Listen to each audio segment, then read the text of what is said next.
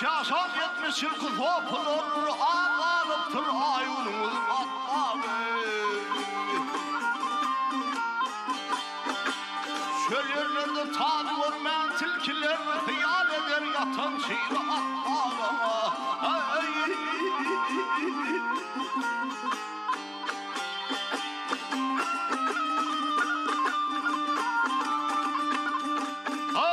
Keyifli çortuğu tutturmaz, şiir geçsesi kokun tüke attırmaz.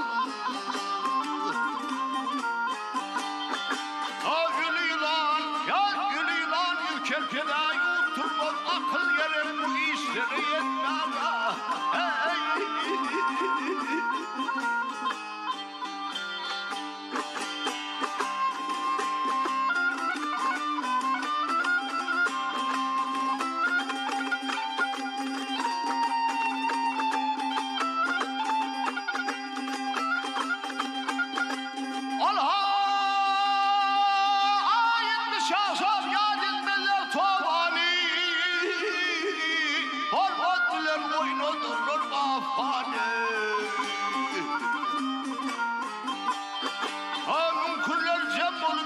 Keveni yedi parın ağası fakari.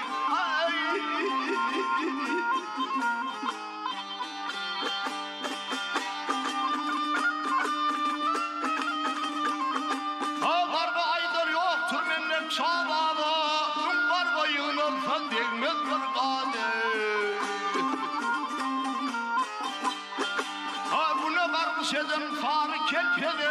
Yem şeker ol azlar farı.